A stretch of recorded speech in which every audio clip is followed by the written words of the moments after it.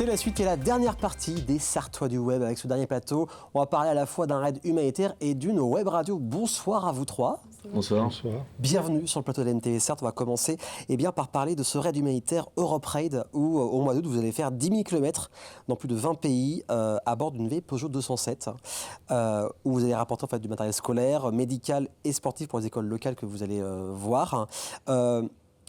Rewen et Orlan, comment c'est venu cette envie de faire l'Europe Raid ? Eh ben, moi je connaissais pas du tout, c'est ma grande sœur, notre grande sœur qui elle voyage beaucoup avec son conjoint. D'accord. Elle a vu ça par les réseaux sociaux et elle a des amis qui l'ont fait. Et elle nous en a parlé parce que nous aussi, on aime ça voyager, on prend pas forcément le temps. Et elle nous l'a proposé en famille, on s'est dit pourquoi pas, surtout qu'on habite maintenant chacun un peu dispersé. Parce qu'elle est sur Rennes, vous pouvez pas venir ce soir, mais voilà, on la salue, si elle nous regarde en tout cas. Et du coup, on s'est dit pourquoi pas en famille, et on s'est inscrit. Et puis voilà, l'aventure commence déjà pour la préparation. C'était quand l'idée de commencer ce... En avril dernier, c'était il y a un an, peut-être pas jour pour jour, mais à peu près. Presque, on s'y approche, donc on est quasiment sur l'anniversaire. Donc l'envie d'y participer, déjà c'est un raid humanitaire, donc aussi donner des fournitures scolaires médicales aux enfants de chaque pays. Comment vous préparez cette aventure ? Comment ça s'est fait ? Trouver la voiture, les financements, comment ça se fait ? Et déjà, il y a beaucoup d'administratifs à faire, Oui. Donc la création de l'association, la démarche des sponsors pour financer le projet, parce que c'est un gros projet. Il y a beaucoup de temps à passer aussi donc, par la récolte des fournitures pour les 70 kg emmenés par voiture dans les pays de l'Europe de l'Est. Et puis la préparation mécanique, parce que c'est des vieilles voitures, il faut trouver les pièces des vieilles voitures, et puis faut qu'on soit sûr qu'elles fassent les 8000 km, donc ça demande beaucoup de temps tout ça. Et en mécanique, vous y connaissiez avant ? Et moi c'est mon métier. Donc c'est pratique. Ouais. Donc il y a un mécanicien dans la famille, donc c'est plutôt cool. Du tout. Ça t'as rien à apprendre du coup. Il va gérer. Après, on va le laisser tranquille. Ouais, il y a des équipes de mécaniciens qui nous suivent aussi pendant le trajet. D'accord. Donc ça va bien se passer normalement. Donc on l'a dit, faire un raid, on en reçoit souvent des équipes qui font des raids ou le 4L Trophy par exemple. Ça demande des moyens financiers, ça demande de l'argent et pas qu'un peu. Vous avez déjà des sponsors, vous avez déjà des personnes qui vous suivent financièrement ou vous avez encore besoin aujourd'hui, en avril, pour le mois d'août, d'argent ? C'est à peu près 10 000 € de budget là, avec le prix de la voiture, l'inscription, les frais routiers et puis l'équipement. Oui. On a fait aussi pas mal de petites choses comme des brocantes pour récolter un peu de fonds, de la vente de crêpes, des choses comme ça. Et on cherche toujours des sponsors, oui. On a aussi une cagnotte en ligne, on a déjà un peu de financement dessus, c'est bien.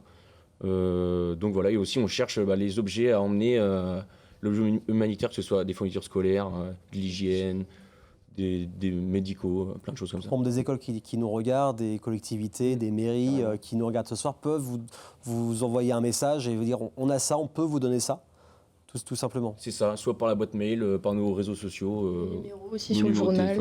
Il y a aussi une page Instagram aussi, ouais. on pourra suivre vos différentes aventures. Donc vous avez combien récolté là ? Exactement, jusqu'à... Là, il y a encore 3 mois, je crois, j'ai vu sur la cagnotte. C'est ça. Sur la cagnotte, on a 330 €. Après, il y a de l'argent des sponsors, donc ça reste un peu confidentiel, on ne va pas le dévoiler. Et puis, il y a aussi beaucoup de... ce que je disais avant, les petites choses qu'on a fait par nous-mêmes. Bric-à-brac, tout ça. Là, on a vraiment encore besoin d'argent, mais on va y arriver, je pense que ça ira. Voilà. Il y a encore du temps. Il y a encore du temps, ça va venir vite quand même. Il y a d'autres initiatives, d'autres projets qui vont arriver pour récolter de l'argent ou pas prévu pour le moment ? Peut-être une soirée. Ok. Ouais. Il y a une brocante encore. Oui, aussi, le 25 mai à Loupland. Ok. Et on démarche toujours les sponsors. Ouais, okay, donc si les sponsors nous regardent ce soir, ils vous contactent pour vous soutenir. C'est important. En plus, c'est pour une belle cause. C'est pour aussi des fournitures scolaires, médicales. Donc et sportif aussi, c'est très important. Donc voilà, on dit il y a sur Hello Asso, on peut vous suivre. Il y a la page Instagram, on peut suivre vos aventures aussi, vous contacter. Donc voilà, n'hésitez pas à aller suivre, c'est hyper important parce que c'est une belle aventure qui va s'offrir à vous et vos proches, les potes, les parents. Quand les parents vous disent tiens, il y a mes 3 enfants qui vont partir dans plus de 20 pays, quelle était leur réaction ? Ils n'étaient pas étonnés, on est assez aventuriers. Un peu la bougeotte ?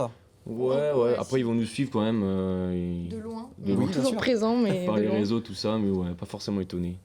Ils sont pas inquiets, on va y arriver. Il y a vraiment du soutien de la famille, donc ça c'est important. Oui. Donc voilà. Fier quand même d'en parler à ses proches, de dire que ses enfants participent. Ils partent pas loin, ils vont faire plus de 10 000 km, donc moi c'est sûr, ça fait plaisir. En tout cas, merci à vous deux d'être venus, vous restez avec nous pour les 6 minutes restantes. Pierre, tout ça va toujours ? Oui. Donc on va parler de Radio Progrès, la web radio qui a été créée il y a maintenant 3 ans. Oui. Donc à la base tu es de région parisienne et tu t'es dit tiens je vais aller dans le beau département de la Sarthe. C'est ça. Qu'est-ce qui t'a amené ici au Mans? La question du logement essentiellement, et c'est vrai que j'ai amené la web radio avec moi. Tout simplement, tu as transféré la web radio. Alors cette idée de web radio, elle vient d'où? Parce qu'en 2022, on est 2 ans après le Covid, c'est dû au Covid ou c'était une envie de créer quelque chose? Je pense que l'idée de web radio est partie d'un postulat que les outils, on va dire les blogs et la presse en ligne, ça baissait progressivement. Et c'est vrai qu'après avoir écrit plus de 1000 articles, j'ai eu une panne sèche, j'arrivais plus à écrire. Et je suis allé dans un premier temps sur les podcasts et j'étais pas très très chaud. Et je suis tombé dans la web radio et je me suis accroché vers 2020-2021. Et j'en ai créé une web radio en février 2022. Qu'est-ce qu'on peut trouver? C'est quoi la ligne éditoriale de cette web radio? La ligne éditoriale, c'est une ligne qui est inclusive, qui propose des émissions culturelles, musicales et politiques, et qui a pour ambition d'être ancrée dans un schéma local et communautaire, c'est-à-dire dans les pas de ce qui se fait en Amérique latine sur les radios progresso, et qui est un modèle assez important en Amérique latine. C'est quoi vraiment le modèle en détail de ces radios-là? C'est des radios au niveau des villes où ils se relaient des informations, qui permet de faire vivre les quartiers et les villes et de réanimer la vie en fait. Créer aussi une sorte de lien social finalement grâce aux web radios? Oui, c'est ça. Donc voilà, ça fait 3 ans, il y a eu j'ai vu des photos que tu m'as envoyées où on commence à avoir un bon matos, du bon matériel pour produire des émissions. Tu es tout seul à tout gérer? Tu as des personnes avec toi, des bénévoles avec toi? Oui, j'ai des bénévoles avec moi. Et là, c'est vrai qu'on est en train de monter progressivement la saison 2025-2026 au travers notamment d'émissions plus ancrées sur le Mans, alors que là, actuellement, on faisait plus des émissions musicales, on va dire. Et actuellement, on s'en partirait pour 3, 4, 5 émissions différentes en live pour la prochaine année. Donc voilà, il y a ce projet-là. J'ai vu aussi ce que tu nous envoyais, c'est le fait une volonté de faire une radio mobile finalement. C'est d'aller dans différents endroits, comme ça tu peux faire des émissions là où tu veux. Le projet qui était intéressant, c'était de se dire qu'on a un studio fixe et en même temps, sur des particularités, on pourrait ramener un studio mobile qui tiendrait dans une valisette en fait.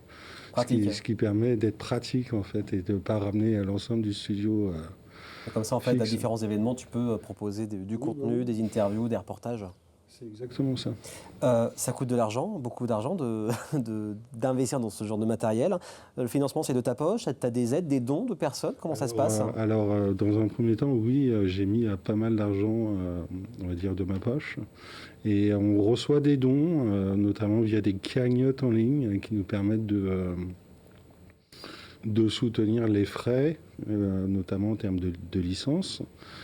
Et aussi en termes de fonctionnement derrière. Et il faut savoir que le projet, il est aussi dans un raisonnement différent du numérique, c'est d'aller vers l'autonomie numérique. C'est pour ça qu'à terme, on espère qu'on arrivera à avoir tous les services de la radio en auto-hébergement. C'est-à-dire l'autonomie numérique, pour les gens qui ne connaissent pas, c'est quoi exactement? Actuellement, on va dire les services sont dans des data centers et l'idée c'est de se réapproprier les data centers et de l'avoir à la maison. Donc voilà, c'est des gros projets qui vont arriver du coup. Voilà, c'est des gros projets et on espère y arriver, on espère avoir du financement parce que l'argent c'est le nerf de la guerre. Mais surtout, ce qu'on espère c'est d'avoir des auditeurs. Tu sais à peu près combien de personnes t'écoutent ou c'est compliqué à capter quand on est uniquement sur le numérique? Là, actuellement, on est sur des pics à 10-15 auditeurs maximum. Et le week-end, on peut arriver jusqu'à 20-25. Ok, donc et on espère arriver à la centaine d'auditeurs en fin d'année 2025. Donc il y a le site internet, il y a la page Instagram, ou tu es présent sur quels réseaux sociaux? Alors, nous, on a fait le choix d'être surtout présent sur Mastodon. Oui, c'est vrai, c'est pas commun. C'est assez curieux, mais une grande partie de notre trafic vient de Mastodon. D'accord. Et c'est vrai qu'à titre de comparaison, notre compte Mastodon a plus de followers que Facebook, Instagram et Blue Sky réunis en fait. Ouais, c'est là où il faut en fait aller chercher vos auditeurs et la communauté. En tout cas, on souhaite bon courage pour le reste des travaux à faire pour cette web radio. Merci beaucoup. Avec grand plaisir. Bon courage aussi à vous c'est au mois d'août. Europe Raid, on peut suivre sur vos aventures sur Instagram. Et n'hésitez pas à aller leur donner un petit coup de main. Voilà. Merci à vous de nous avoir suivis. On revient la semaine prochaine, même jour, même heure et surtout même chaîne, uniquement sur LM TV Sarthe. À la semaine prochaine.